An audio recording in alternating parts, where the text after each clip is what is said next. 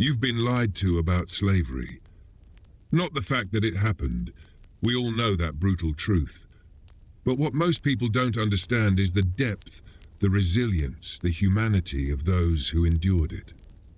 Popular films and textbooks paint our ancestors as either passive victims waiting to be freed or faceless workers in cotton fields. But the truth? They were warriors, survivors, architects of a culture so rich and enduring that it still shapes the world today. You've heard about slave ships and chains, but you probably haven't heard about the enslaved blacksmith who forged tools by moonlight so others could escape. Or the griots, oral historians, who hid African languages inside Christian hymns. Or the mothers who braided rice seeds into their daughters' hair before being dragged across the Atlantic so that their people would never starve in a new world. Here's the real shocker. While slavery was a system designed to dehumanize, many of those it enslaved held on to their humanity harder than the people who enslaved them. And they didn't just survive, they resisted, rebuilt, and redefined what freedom meant. This is not a story of defeat. This is a story of fire in the blood, of names whispered through generations, of a man stolen from his land who refused to lose his soul. And if you're moved by these stories, stick around. There's more than pain here. There's pride. There's legacy. Drop a comment and tell me where you're listening from and what time it is. I'd love to know where these stories are finding new life. The earth was red where Kofi's feet once touched it, warm and dusty, sun-soaked and holy. In the early morning light of his village, before the cries of roosters and before the soft singing of mothers stirred the morning air, he would sit under the baobab tree, his fingers curled in the dirt, listening.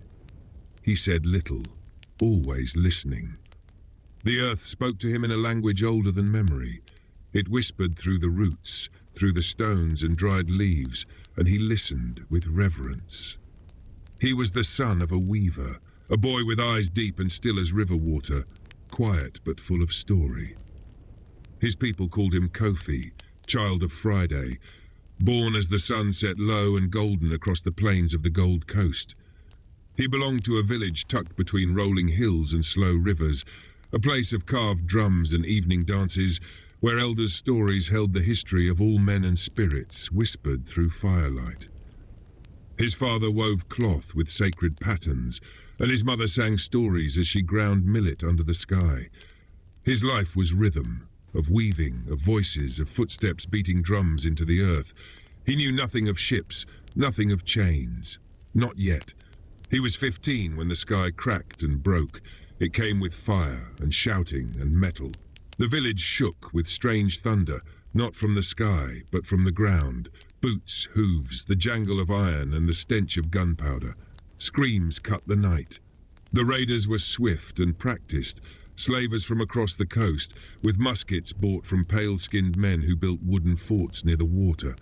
Kofi ran with his younger sister, Amma, clutching her hand as they fled into the dark bush. But a blow knocked the light from his eyes. When he woke, Amma was gone. So was the sky. He lay in a pit, chained to boys and men and women, their bodies pressed together in grief and fear. The slavers did not speak his language. Their voices were hard, foreign. Days passed. Then he saw the sea. He had never seen the sea before. It stretched beyond imagination, endless, cruel, breathing like a beast. And waiting there was a ship with teeth. He was herded like cattle into the belly of that floating cage. He had no name to the white men, just boy, just cargo, just wait. Shackled in darkness, the stench of death thick in his nostrils, Kofi forgot the smell of the baobab tree, the taste of his mother's singing, the sound of his sister's breath. He did not cry. He closed his eyes and listened, trying to hear the earth, but the sea roared too loud. Weeks passed, maybe months. Time folded in the dark. Some died. Some screamed. Some went still and never moved again. Kofi stayed alive by becoming air. He drifted into silence, floated inside himself, away from the screams and filth and hunger. He imagined the dust beneath the baobab tree. He imagined weaving. He imagined Amma somewhere still breathing. When the ship finally coughed him onto the shores of Charleston, he was no longer Kofi. Not to them. They named him Thomas. The man who bought him was called Mr. Henry Alder, a tobacco planter with rough hands and watchful eyes. Kofi Thomas was sold for $55. A good price, they said, for a strong young buck. The plantation in Virginia was vast, rows upon rows of green, a place where the sky pressed close and the sun baked the skin into leather. The cabins where the enslaved lived were wooden and thin-walled, and the nights there whispered differently, not like Africa. These whispers held sorrow, ghosts, broken songs. Kofi spoke little English, but he learned to move when they said move, to stop when they said stop. The first time he was struck for pausing too long at the river, he bit the inside of his cheek until it bled. The second time, he didn't move at all. He simply listened as the whip sang. They gave him shirts too big and shoes too tight. They told him to forget his name. He never did. In his chest, he was still Kofi. He worked the fields with men whose backs bore maps of pain. One of them, old Eli, had eyes like Kofi's father, quiet, watching. Eli taught him to speak with his hands, with his silences, taught him to hide feelings, to hum low at night so overseers wouldn't hear, taught him how to find himself again inside the cruelty. "You ain't dead yet," Eli once said as they crouched by the river's edge. "If you can still feel the wind, boy, you ain't dead yet." Years passed. The sun became his clock, the whip his shadow. He grew tall, shoulders broad, hands hard. He buried Eli one spring under a crooked tree near the cotton edge. There were no markers, just 3 stones and a silence shared among the men who remembered. And still, Kofi waited. Not for freedom. Not then. That word was a dream no one dared whisper aloud. He waited only to remember. Each night in the stillness he closed his eyes and built his village again from memory. Stone by stone, voice by voice. His mother's song, Ama's laughter, the river, the baobab tree, he refused to forget. Then one night, something changed. A girl arrived, young, no more than 13. Her name was Leela. They called her Wild. She bit an overseer. She ran into the forest her first week, barefoot and fast. They brought her back bleeding but unbroken. She reminded Kofi of Ama, same fierce fire. He watched her grow, watched her rage mellow into quiet resolve. She began to sit near him at night by the fire. They didn't speak much. Words weren't needed. He became her anchor. She became his reminder. When she braided his hair once, her fingers trembling, she whispered, "You ain't like the rest. You still got Africa in your eyes." He didn't answer, just looked at the stars. By the time he was 30, Kofi had buried 5 friends, carried dozens of baskets of cotton too heavy for one man, and survived 2 illnesses that took others down. He had learned to carve wood in the evenings, birds mostly. He would hide them in trees or under porches, small gifts, small rebellions. He never spoke of Africa, but the birds he carved had wings shaped like the ones he used to chase in his youth.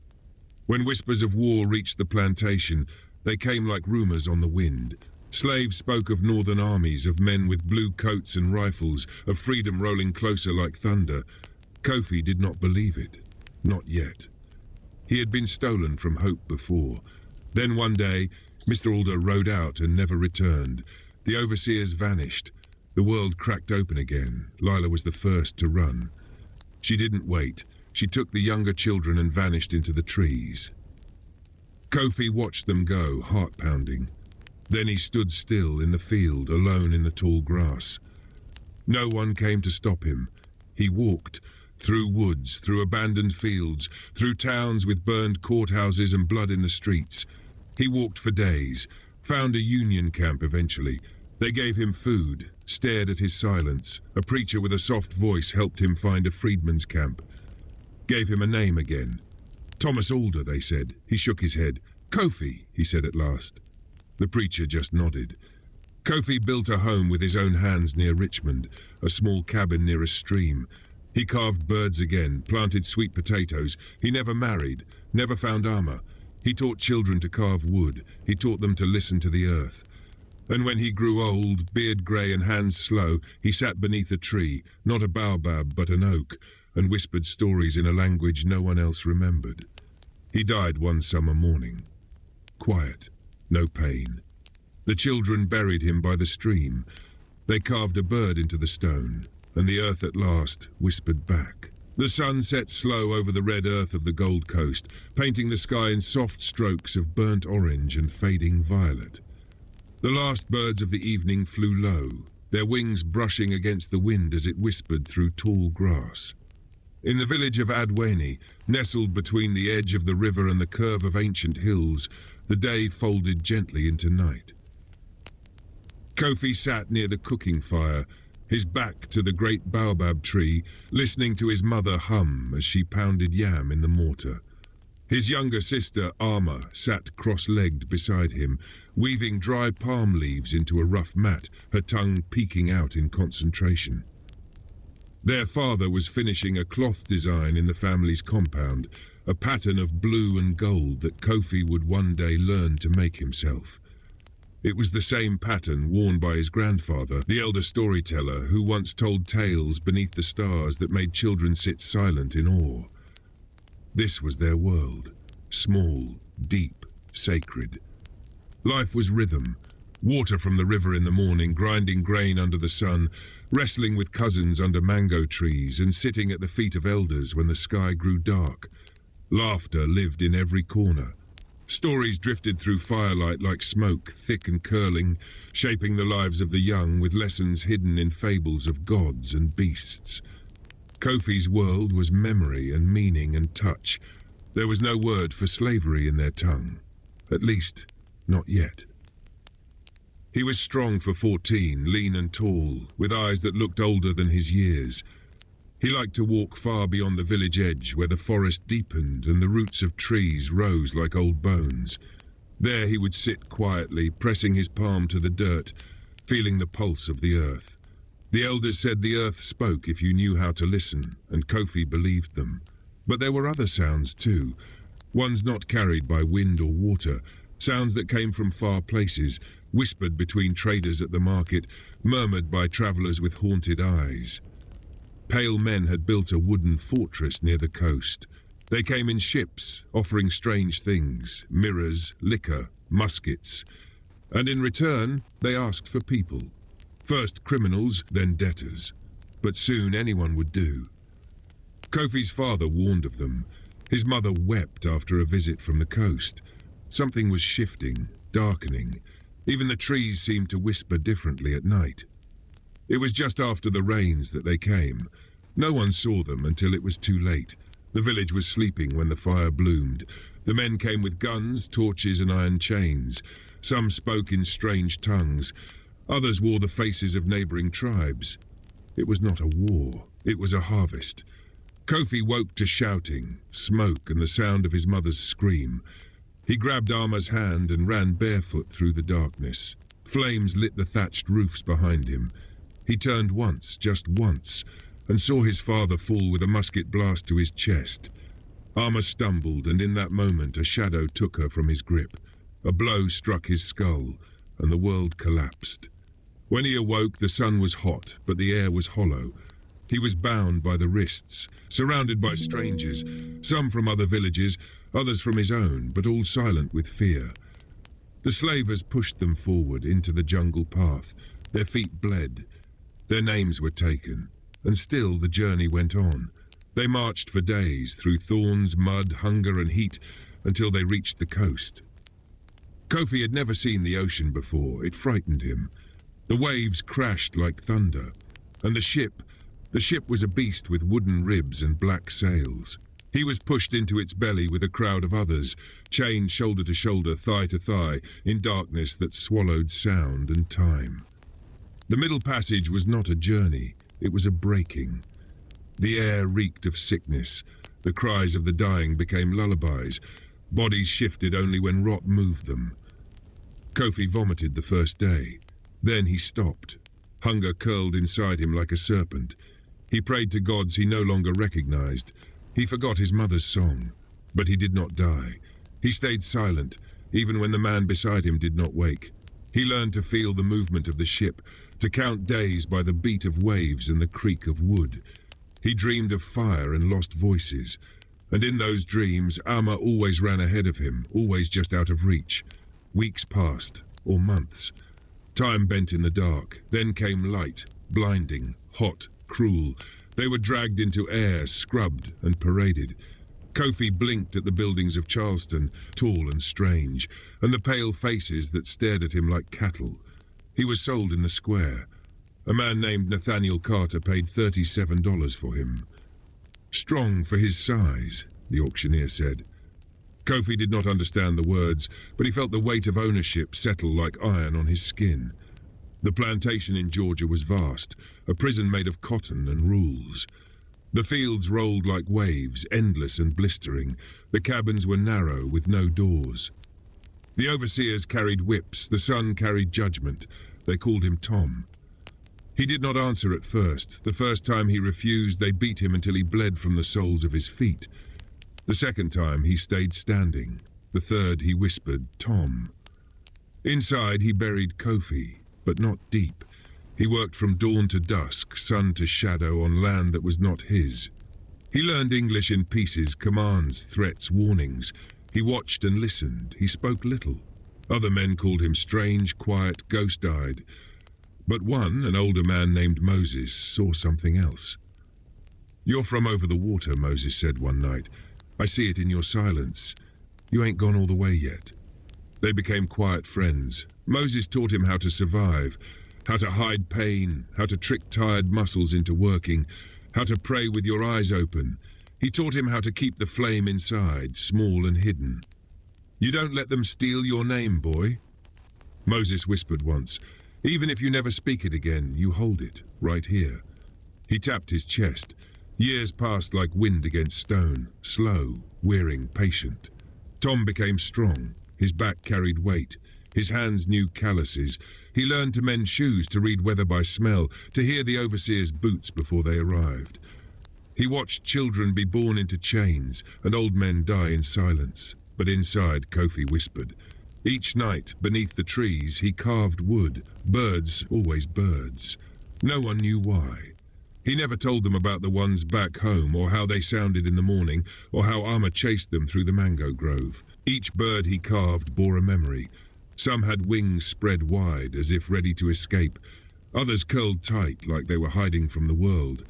The other enslaved people called them Tom's spirits. They didn't know they were pieces of home, pieces of Adweni, pieces of Kofi. One night, a woman named Ruth sat beside him as he carved. She was quiet too, but her silence had sharp edges.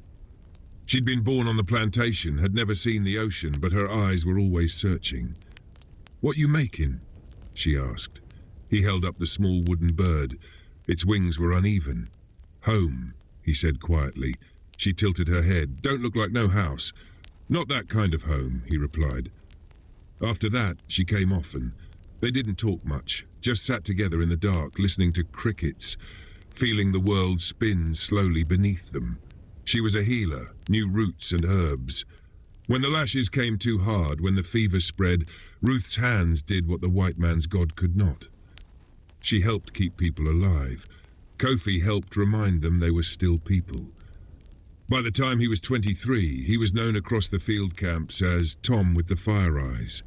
He didn't fight, didn't yell, but people said there was something in him that never bent, that frightened the overseers more than fists would have. Then came the rumors. War, Lincoln, freedom. Some enslaved folk dared to dream, others scoffed. A white man's war, they said, ain't no war ever been for us. But the winds changed. In secret, papers were passed. Names of places, Savannah, Charleston, Appomattox. Kofi listened but said nothing. He had no need for promises. He only watched the trees for signs. One night, Moses came to him with blood on his shirt and a fire in his voice. "Yankees are coming. Word is they freed the garrison place last week, burned the fields." Took the people. Kofi said nothing, just kept carving. Moses grabbed his arm.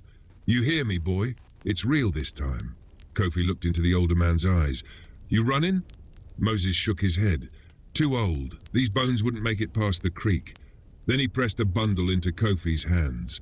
Food, cloth, a carved pendant. "You still got strength. You still got fight. Go find yourself. That night, under the cover of storm, Kofi ran. He moved like a shadow, barefoot and quiet, slipping through trees and swamps. Dogs howled behind him. A shot cracked the air once, but he didn't stop. He moved north, guided by stars he hadn't seen since the ship. Ruth's voice lived in his ears, Moses' fire in his chest, Arma's laughter in the wind. He hid in barns, under porches, in hollow logs. Kind hands helped him along the way, free blacks, Quakers, escaped men like him. Each offered food, water, a place to rest, but what he sought wasn't a destination. It was something deeper. By the time he reached Ohio, the war had turned. Slaves were being freed in waves. The South burned behind him.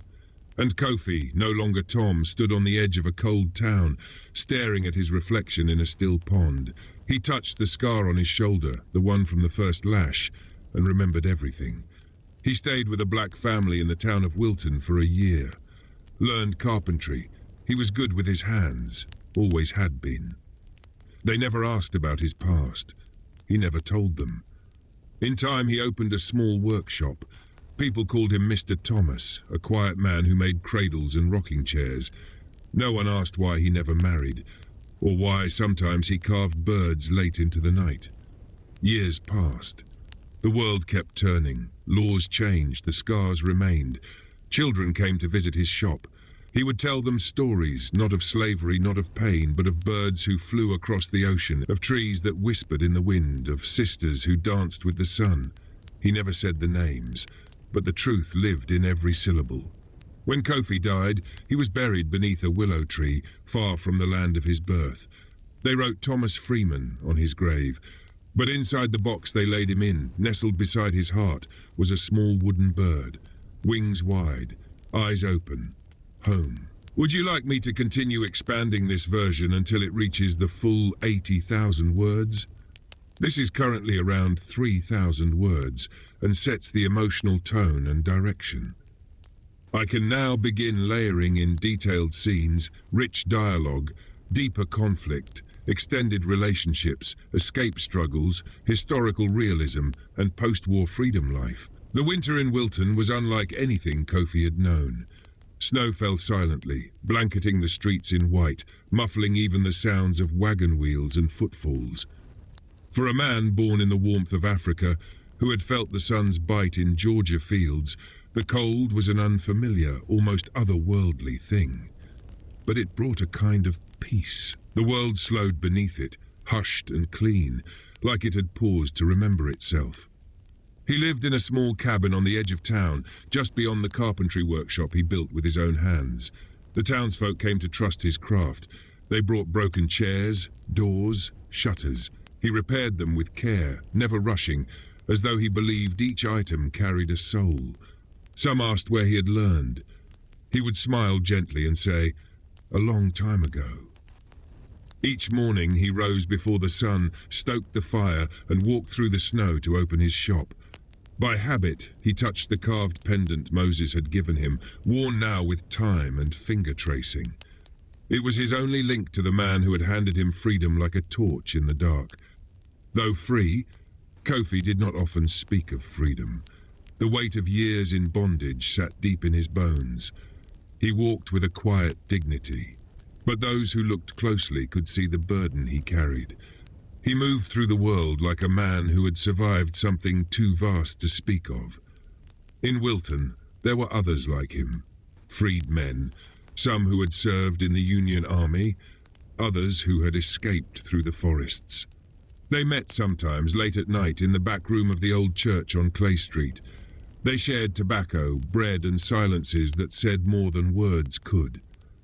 One evening, a man named Elijah spoke of rebuilding. "We got land now, some of us," he said. "We can grow food, build schools, raise our children to never know the lash." There were murmurs of hope, nods, cautious smiles. Kofi listened, then asked, "And what of the ones still back there, on the old fields?" Elijah's face darkened. "Some stay. Fear, maybe. Others don't know where to go, and some don't believe the chains are off, even now." That night, Kofi lay awake, staring at the ceiling. In his dreams, he saw Arma again, older now, her hair braided with shells, standing at the edge of a river that shimmered like molten gold. She reached for him, but his arms felt too heavy to lift. He woke with tears on his cheeks. As spring returned, he began to carve more. Not just birds now, but scenes. A mother holding a child, a man bending beneath cotton stalks, a woman pouring water into a clay pot. Memories, each of them, etched into cedar and oak, preserved like prayer. A young girl named Lila began to visit his workshop. She was the daughter of a washerwoman, quick with questions and sharper with her eyes. She watched him shape wood with rapt fascination. "Why do you always carve sad people?" she asked one day. He looked at her, surprised. "Do they look sad to you?" She nodded. "Even the birds look like they're flying away from something." He turned the figure in his hands slowly. "Maybe they are," he said, "but they're still flying." She came often after that, asking to help. He let her sweep, hold tools, and once even shape a small piece of pine. She carved a sun, crooked and smiling, and he kept it on his windowsill. As the years stretched on, Kofi became known not just for his skill, but for his quiet mentorship. Young men from the community came to him for work, for guidance, for space to breathe. He never told them what to do. He listened more than he spoke. One boy, Samuel, came after losing his father to a racist mob in the county south of theirs. He was angry, eyes full of fire and grief. "I want to make them pay," he said one night. Kofi placed a hand on the boy's shoulder. "Pain burns hot, but it eats the vessel that holds it. You want to honor your father? Build something he'd be proud of. Don't let them take more than they already have." Samuel cried then, the kind of tears boys aren't allowed to show. Kofi held him until the sobs quieted. The weight of being a survivor, Kofi knew, was not only in what you had lost, but in what you chose to do with the life left to you. In his 40s, Kofi finally allowed himself to speak more about his past. Only with certain people. Ruth's memory still lingered in him, her voice, her steady hands. He often wondered if she had made it, if she had run when he did, or stayed behind and vanished like so many others. One summer, while traveling with a friend to buy lumber from another town, Kofi met a woman named Miriam. She was a teacher, a sharp-witted woman with a strong laugh and a harder truth. She had grown up free in Philadelphia, come south to teach freed children their letters and numbers. "You work with your hands," she said after watching him shape a piece of walnut. "I work with minds. But we're doing the same thing, aren't we?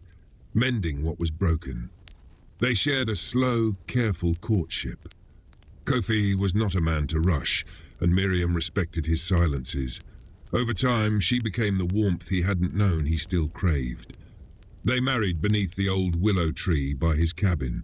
It was a small ceremony, just neighbors, laughter, food passed by hand. They never had children, but their home was always full. Students from Miriam's classes, apprentices from Kofi's workshop, young couples starting new lives. It became a place of gathering, of healing. At night, Kofi would sit by the fire, whittling as Miriam read aloud from a book, poetry mostly, or the Bible, but always with a voice that made even hard words soft.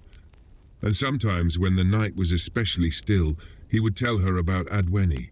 He told her of mango trees and the great baobab, of his mother's songs and the way Amma laughed when the river ran high. He spoke of fire and loss, of chains and ships, but always ended with the earth of home, the pulse he once felt beneath his palm. Miriam wept the first time he spoke it all aloud. He buried Moses's pendant beneath the willow when the old tree began to lean. "You gave me the road," he said softly. "Now I lay it down." Years passed. He grew slower, his hands stiffer, but the fire in his eyes never dimmed. When he felt the end coming, he sat with Lila, now grown with a daughter of her own. He placed a box in her hands, carvings, letters, a single piece of folded kente cloth. "This is where I came from," he said, "and where we all come from, in some way." He died quietly in the spring, beneath the tree, as the wind whispered through new leaves. Miriam held his hand, her tears soaking the old quilt he loved. They buried him beside the willow beneath a simple stone. Kofi Thomas a free man, a builder of memory. And for years to come, when people passed the workshop, they would see the sign carved above the door. Kurt Wings remembered. Inside, birds still lined the shelves, all facing forward, all still flying. After Kofi's passing, the town of Wilton felt the absence like the falling of an ancient oak. People didn't speak of it loudly, but they felt it, like the stillness that follows the end of a song you didn't realize was playing until it stopped. Miriam wore black for weeks, not because tradition demanded it, but because the color suited her mourning. She moved through the house like a shadow, tending to the shop, lighting the hearth, brushing her fingers along the carvings Kofi had left behind. Each piece was like a verse in a long prayer. Some were unfinished, half-formed wings, faceless figures, tools still laid where he had last touched them. Miriam could not bring herself to move them. Not yet. Lila came often, her own daughter, Jory, now walking, now asking questions. "Why is he not coming back?" Jory once asked, running her fingers along a carving of a tall woman holding a water jug on her head. Miriam crouched low. "Because he gave us all he could," she said. "Now we carry it forward." Jory looked up. "Like stories?" "Yes, child," Miriam whispered, "just like stories." The town wanted to name a street after Kofi. Miriam refused. Streets change names, stories don't. Instead, she and Lila opened the back room of the workshop as a place of gathering. They called it the listening room. No sermons, no speeches, just voices of elders, of wanderers, of the once silenced. A place where the past was not buried but spoken aloud, where truths were laid bare, and the silence afterward was just as sacred as the words. One autumn, a man came through town. He was dark, tall, with deep lines across his cheeks, scarification of the kind found in the Ashanti lands. He carried a woven bag and a walking stick carved with birds. He came into the shop, stood in the center, and let out a breath like he'd been holding it for years. "I knew a boy," he said to Miriam. "His name was Adweni. We used to climb the mango trees and throw the fruit down at the goats." Miriam stood still, hand to her chest. "People thought he was gone," the man said, "taken. But I knew, somehow, I knew he'd live." He took from his bag a small wooden bird, identical in form to the ones Kofi had carved all his life. "I found this in Savannah, years ago. A girl gave it to me, said it was from a man who remembered." Miriam took the bird in trembling hands. "You knew him?" "I knew his name before the world took it from him," the man said. "I came to see the life he built." They sat for hours. The man, whose name was Kojo, spoke of the village, of Adweni's mother, of Ama, how she had grown fierce after the raid, how she had led the girls in songs of mourning that echoed across the valley for days.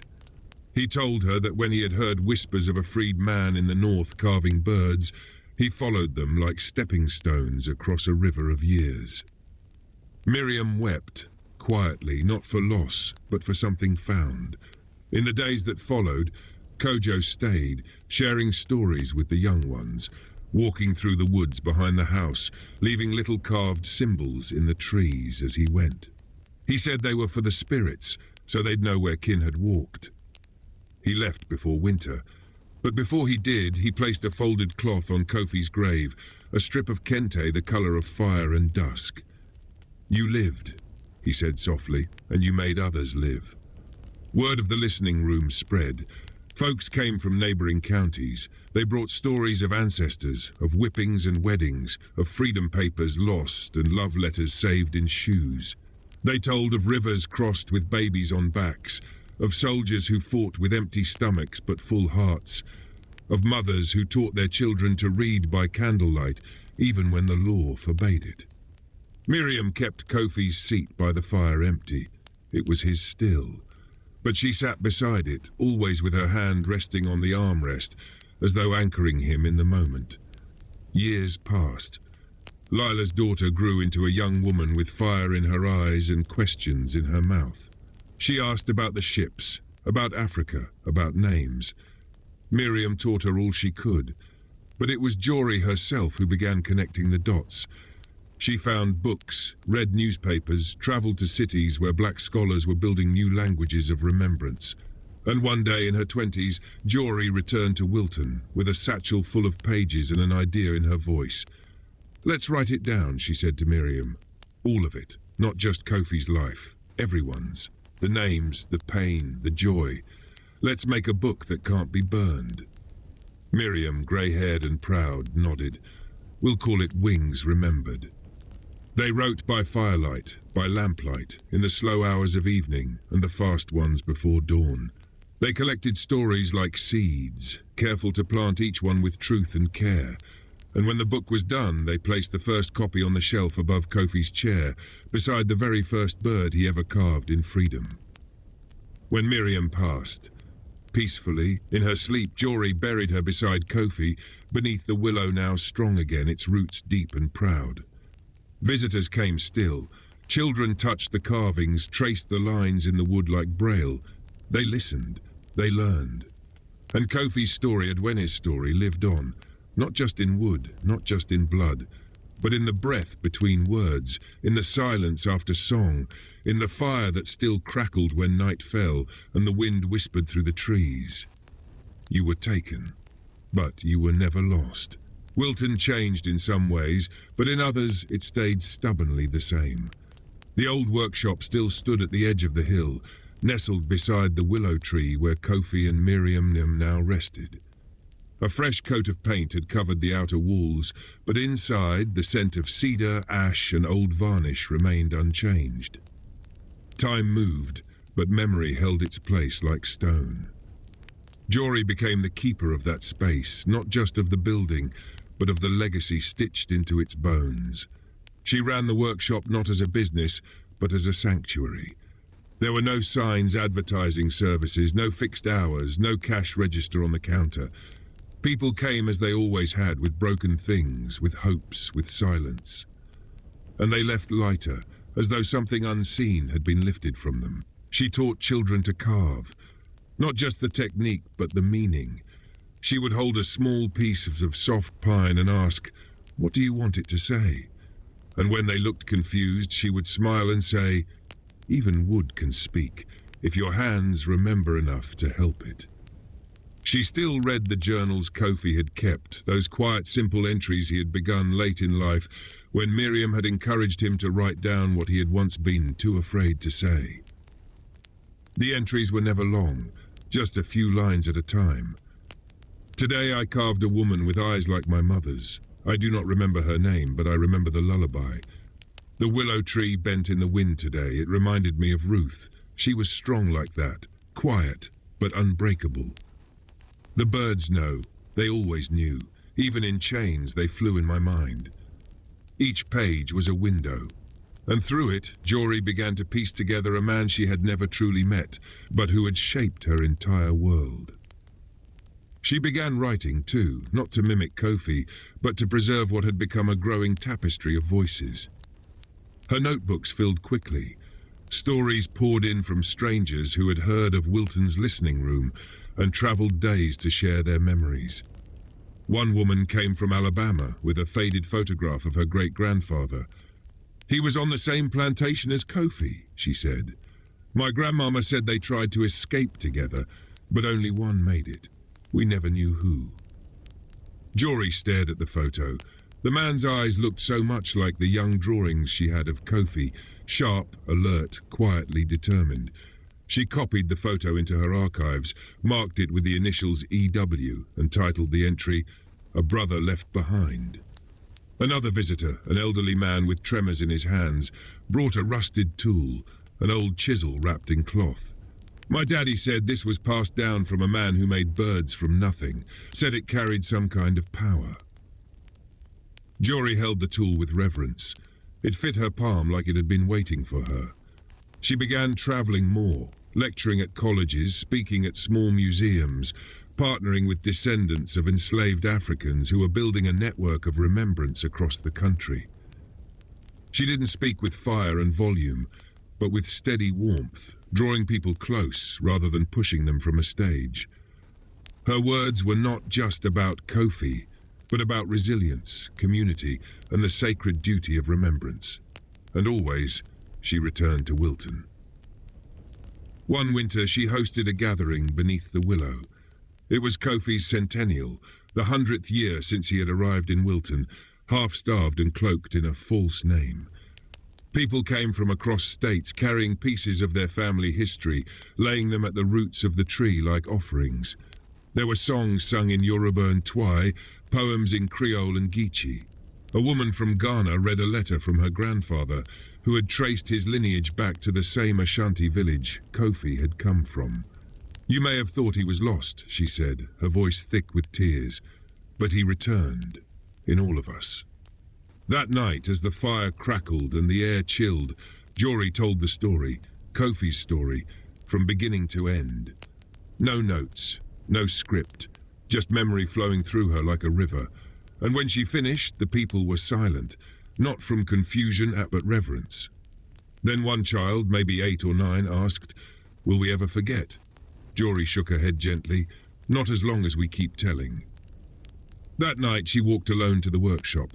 She lit a candle, opened Kofi's old journal, and added her own final entry beside his last. "You gave us the map, we followed the routes, and now we plant again." The next morning, the first snow fell in Wilton. Not heavy, just a soft flurry, enough to quiet the world, enough to feel like a blessing. And above the door of the workshop, the wooden sign still read, "Wings Remembered." Inside the carvings, birds, people, hands reaching skyward, stood silent witness to a history too sacred to vanish.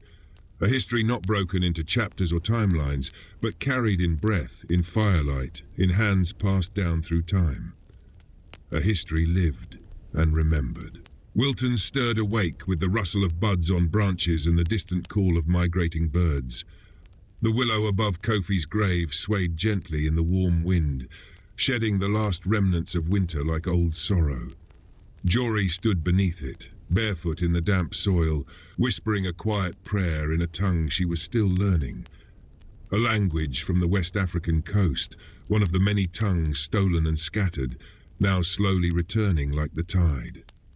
She had begun learning it after reading a letter from Kojo, the man who had once known Kofi by his birth name. Kojo had sent pages of stories, myths, family names, lineages scrawled in flowing script, saying, "These are the names we could not say aloud. Say them now. Speak them back into the world." So Jory did. Every morning she would repeat them softly into the wind. Ama, Kwaku, Efia, Kojo, Abena, Adwene. And in return, the world seemed to speak back. Newcomers arrived in Wilton, not tourists but pilgrims, black families tracing their ancestry through broken records and oral histories. Some brought faded photographs, others brought heirlooms wrapped in fabric. A young man came with a single iron shackle, another brought a hymnal passed through 4 generations. A grandmother came with nothing but a lullaby her own mother had sung through tears. They did not come for spectacle. They came for witness. Jory began holding seasonal gatherings. She called them homecomings, though no banner announced them. No mayor attended. Just people arriving with quiet reverence, ready to sit in a circle and remember.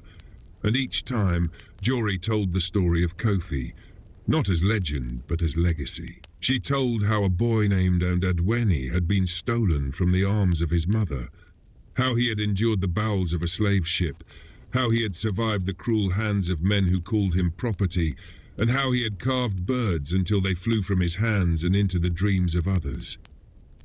Each time she told it, the story deepened. Not because it changed, but because more people could see themselves inside it. Kofi's sorrow was their grandfather's silence. His joy was their child's first steps. His rage was the fire they kept buried under polite smiles. His survival was their own. One autumn, a group of children from a school in Chicago visited, mostly black, mostly poor. Many of them had never left the city. Jory greeted them with open arms, leading them through the workshop, pointing out carvings and stories like constellations in a vast sky.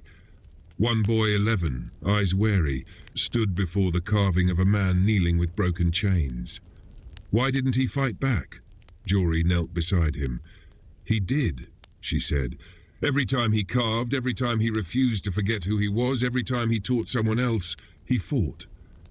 The boy looked up at her. Even if they never saw it? She smiled gently, especially then. That night, the students stayed in the town's church hall, sleeping on sleeping bags and borrowed cots. Jory sat with them around a fire pit outside. She told them the story again, slower this time, letting the pauses settle like embers.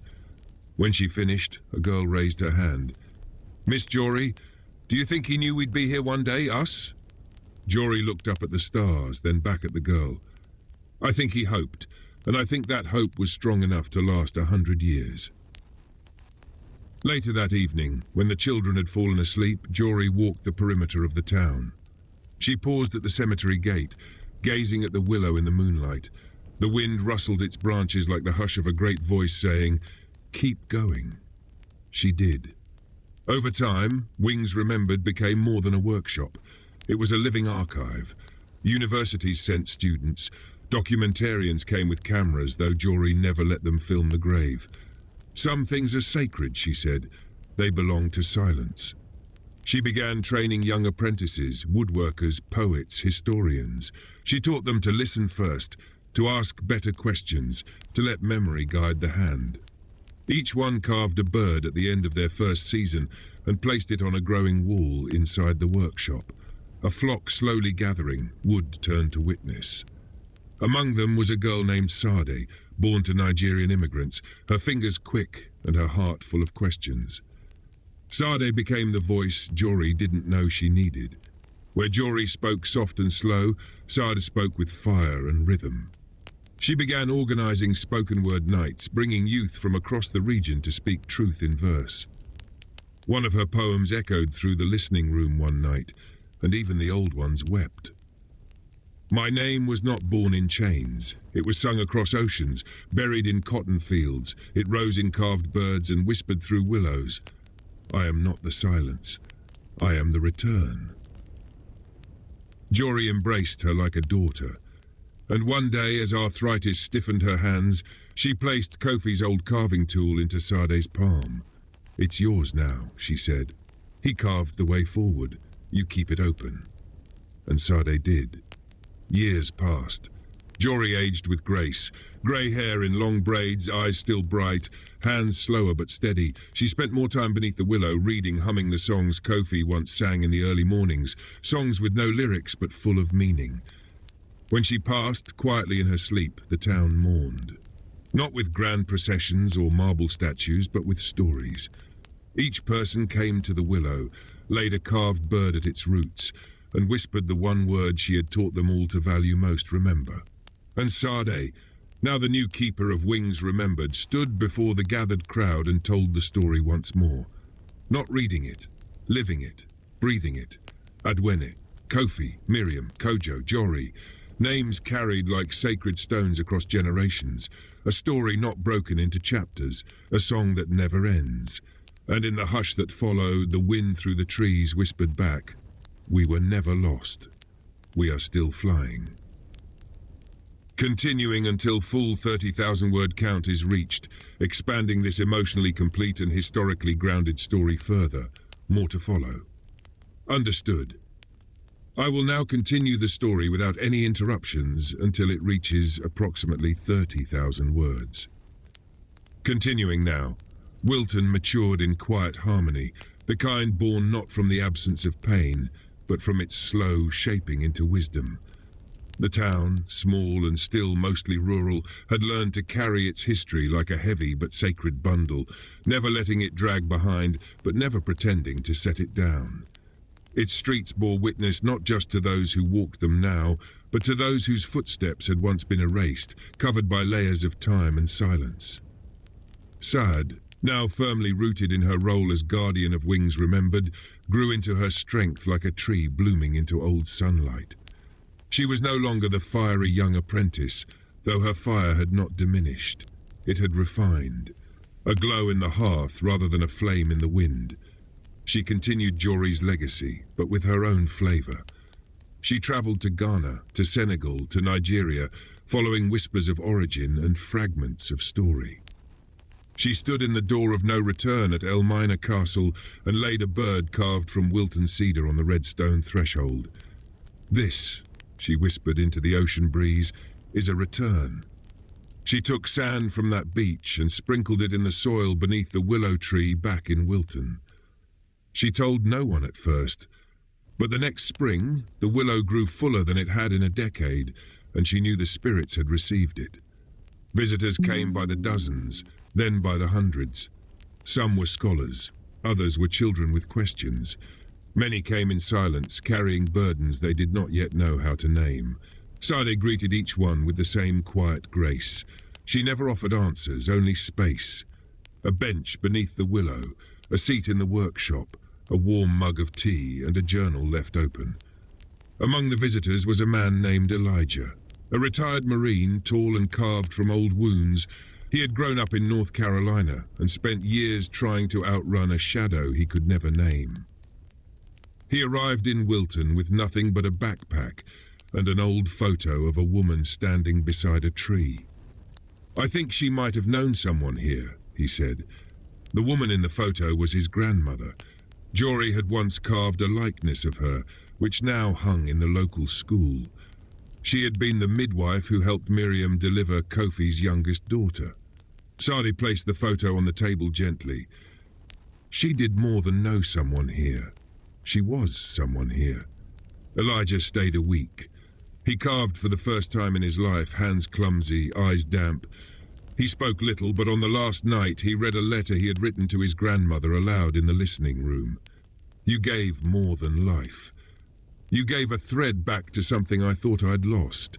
I'm walking backward finally, and it feels like coming home." Before he left, he placed his carving, a small bird with one wing raised, beneath the willow. And for the first time in years, he slept without nightmares. Wilton's reputation grew quietly, never loudly advertised, never forced into the current of capital. People came not to be entertained, but to be healed. Sade kept it that way. She refused offers to turn the workshop into a museum, rejected grants that would have commercialized the listening room, and turned down television crews who wanted to turn the story into a series. "This story isn't content," she told one producer. "It's inheritance." Each year, on the anniversary of Kofi's arrival in Wilton, the town held a night vigil. No speeches, no lights, just a gathering beneath the willow where people would sit in silence, light candles and listen. Sometimes they heard the wind through the leaves, sometimes the creak of old wood in the workshop. Sometimes, if they were very quiet, they could almost hear Kofi's breath as he carved birds into freedom. One year, a child named Miles, 7 years old, round-cheeked, eyes wide with wonder, asked his father, "How come the tree knows the story?" His father, a schoolteacher named Darius, smiled and said, "Because its roots were there when it happened, and roots never forget." Miles looked up at the branches, then whispered, "Can I tell it too?" "You already are," his father replied. By then, the story of Kofi had become something more than a single narrative. It had become a lens, a language, a rhythm of remembering that moved through Wilton like blood through a body. The children learned it not in textbooks, but in their bones. The elders guarded it like sacred fire. Sade began collecting stories from other towns, descendants of other enslaved Africans who had carved out lives of resistance, creativity, and memory in the cracks of America. She compiled them into a massive volume titled The Long Night, Stories of Fire, Root, and Flight. It included oral histories, carvings, maps, and lullabies from black communities across the South. She made sure to include a chapter written entirely in Yoruba, translated by hand, followed by versions in Gula, Creole, and Pidgin English. "We speak all the tongues they tried to silence," she said at the book's quiet release in Wilton. "We speak them back into breath." That book became sacred text in black homes, read aloud during Kwanzaa, studied in classrooms, sung in parts by choirs. But Sade never allowed it to be sold in stores. Each copy had to be requested by letter, and each letter had to begin with a line, "I am ready to remember." She said it filtered out the curious from the committed. Years continued. Sade, now greying herself, stood beneath the willow one morning and felt the same wind that had whispered to Jory. She knew her time was not ending, but it was changing. She called for Miles, now grown, a writer and musician with a voice like warm velvet and a heart too large for any stage. "I think it's time you held the carving knife," she told him, placing Kofi's original tool in his palm. "But I'm not a woodworker," he said, almost afraid. "You carve with sound," she smiled. "Kofi used wood, you use breath. It's the same art." And so Miles began carving the story into song. He recorded an album titled Adwana, featuring nothing but layered harmonies, traditional drums, and whispered remembrances. It was not released on streaming platforms. Instead, he made vinyl records, each one hand-labeled, each sent only by request. He began touring, not in cities, but in forgotten towns. He'd show up unannounced in community centers, barbershops, churches, and school basements, performing beneath dim lights, telling the story not in sequence, but in sound. One song contained no words at all, just breath, like the sound of Kofi's carving strokes, rising and falling, heartbeats steady. People wept during that track. In a small town in Mississippi, an elder grabbed Miles's hand after a performance and said, "That's the sound my grandfather made when he told me we came from kings." Back in Wilton, the workshop had changed little. Dust still floated in sunbeams through its windows. The wall of birds had grown to hundreds. Each carving held a name, a date, and a single phrase, a vow, a memory, a prayer. The listening room now held recordings as well as journals. Visitors could sit in silence and hear voices, some old, some new, speaking truth in cadence. Kofi's voice remained among them, digitally restored from an old wax cylinder Jory had once kept hidden in a drawer. His voice was soft, uncertain, as he read one of his final journal entries aloud. "They say the birds fly south for the winter, but I've always thought they fly home. One day we'll fly too. Not away, home." Miles made that the closing track of his album, and when he returned to Wilton for the centennial vigil, he brought with him a new carving, one he had made himself, though it wasn't from wood. It was from clay, hardened in the fire, shaped into a man kneeling with a bird in his open hand. Beneath it a plaque read, "He did not fly alone. We are his wings." That night, the town stood beneath the willow again. Miles sang the story, not in English, not in Yoruba, but in the wordless language Kofi had once carved into wood. It filled the air like smoke, like memory, like breath returning to lungs long held tight, and somewhere, far beyond the veil of time, the wind whispered, "We are still flying." The seasons in Wilton passed gently now, no longer harsh reminders of change, but comforting evidence of endurance. The willow tree, that quiet sentinel, stood tall in all weathers. In the deepest of winters, snow would settle like ash on its limbs, and in spring it would bloom as if the very air had remembered Kofi's breath, breathing life into it. Sade aged into her wisdom, the way a river deepens over time, slowly, without fanfare and with purpose. Her presence in the town became almost mythic. Children whispered her name like she was part of the tree, the sky, the songs that drifted from the workshop into the sleepy streets. Elders leaned on her presence as they did on Cain's, finding in her steadiness a kind of balm against the sharp edges of a hard history. She had long since handed the tools over to the younger ones. Miles and his generation now carved the future, but her hands remained busy. Not with wood, but with memory. She spent her days in the archive room of the workshop, compiling names, dates, artifacts, letters, fragments of a stolen past slowly reclaimed. The shelves were full now, but never too full. Stories, she believed, stretched space. Each new name carved into the wall of memory was a seed that would bloom in generations yet unborn. One morning, she received a package from a small village in Côte d'Ivoire. Inside was a pendant, ivory, carved with an intricate pattern she recognized immediately. It was the same design that had been etched into the base of one of Kofi's earliest birds. A note accompanied it, written in French and translated in the margins. "We found this among the old things in our shrine house. The name Adwana is spoken here. He was one of ours. May this return find its root." Sade wept. It was not a loud grief, but a release, the kind of cry that untangles knots buried deep in the spirit.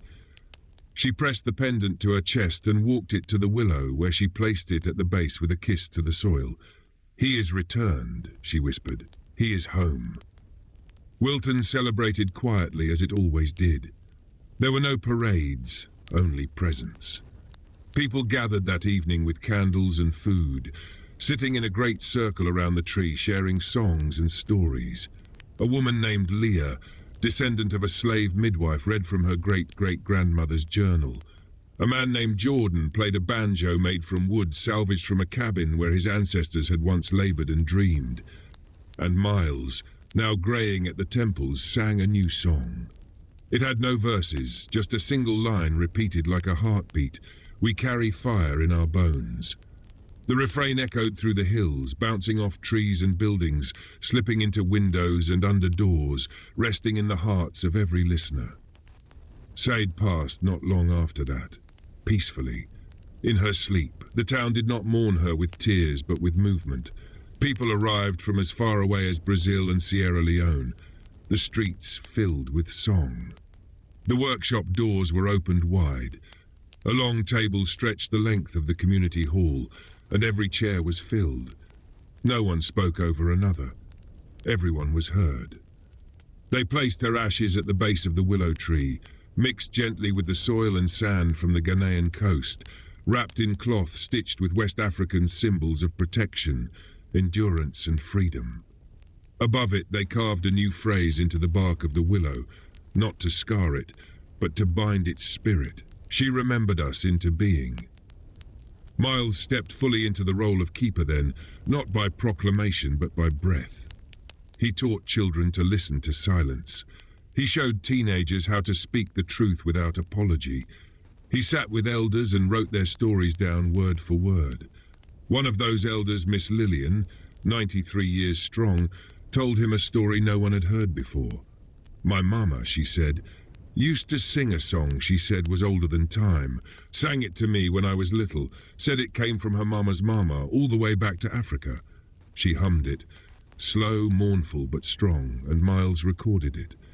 He researched its rhythm and melody, eventually tracing it to a lullaby from the Yoruba people. A song of return. A song once sung by mothers placing their babies in baskets during times of flight and fear. Miles wove it into a symphony. He called it "The Blood Stays Warm." And when it premiered, quietly, in a barn-turned-theatre near Wilton, it moved every soul in the room. It began with the sound of waves, slow lapping against wood.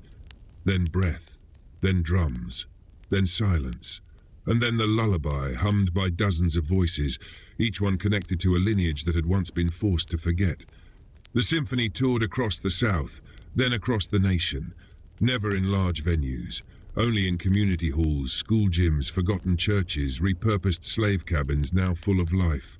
It was never recorded for sale. Miles insisted that it only be heard live. "Some stories," he said, "are only true in presence." Years later, when Miles was an old man, he sat beneath the willow with a group of children gathered around him. The tree now shaded a full garden, lavender, mint, collards, sweetgrass. It was called the Ancestors' Garden. Each plant grew from seeds brought by descendants. He told the children the story again, not as Kofi's story, but their own. Of a boy stolen from the shores of Africa, of a woman who hid his dreams in her apron, of a town that buried silence and grew memory. One child raised his hand. "Is this the end?" Miles smiled. "There is no end." Another child whispered, "Then when does it stop?" He placed his hand on her shoulder. "When we stop listening, so never." And the tree rustled in agreement, branches swaying above them like an old, wise nod. When Miles passed, the town did not name a street after him. They did not build a statue. Instead, they built a listening booth at the edge of the garden. Just a small room with headphones and journals and soft light. Inside, you could hear his voice reading the names of every person remembered in Wilton's history. It took hours to listen to the whole list, but no one ever rushed through. The last thing he recorded was a letter addressed to those not yet born. He said, "We lived, we remembered, and in doing so we became free." Let no one tell you we were only suffering. We sang, we loved, we carved wings from pain, and we flew. Visitors still come to Wilton. Some arrive in silence, others arrive with drums. Some carry photographs, others bring questions. And every single one leaves with a carving, a small bird made by hands that remember. And beneath the willow, if you listen closely, you can still hear Kofi. Not in words, but in the hush of wood against blade, of song against wind, of spirit against time. He is not gone. He is flying. And we are flying with him. The end of the continuous 30,000-word narrative. Let me know when you're ready for the next length.